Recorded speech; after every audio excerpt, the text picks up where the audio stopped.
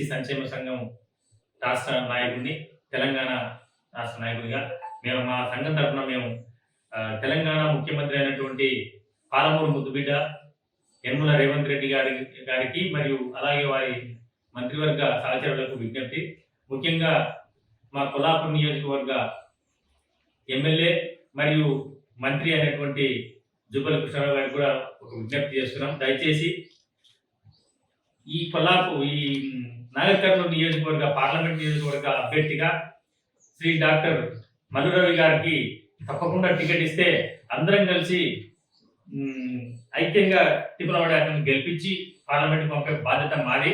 కాబట్టి దయచేసి, ఎందుకంటే మల్లు రవి గారు సౌమ్యులు, తర్వాత సీనియరు, ఈ రోజు వరకు కూడా పార్టీ గెలిచినా ఓడినా ఎక్కడ చెక్కు చెదరకుండా కఠోరమైనటువంటి దీక్షతో కాంగ్రెస్ కోసం పనిచేసినటువంటి వ్యక్తి, సీనియర్ నాయకుడు. ఇప్పుడు కాదు, వెంకటేశ్వరరావు గారు, రామచంద్రరావు గారు కూడా పనిచేస్తున్నారు.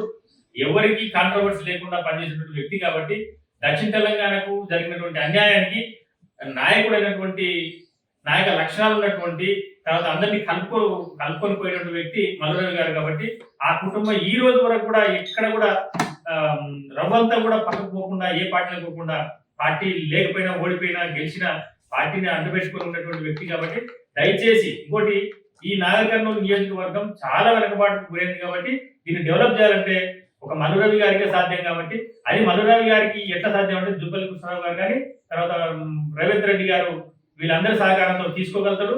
అందరినీ కలుపుకొని పోయేటువంటి వ్యక్తి.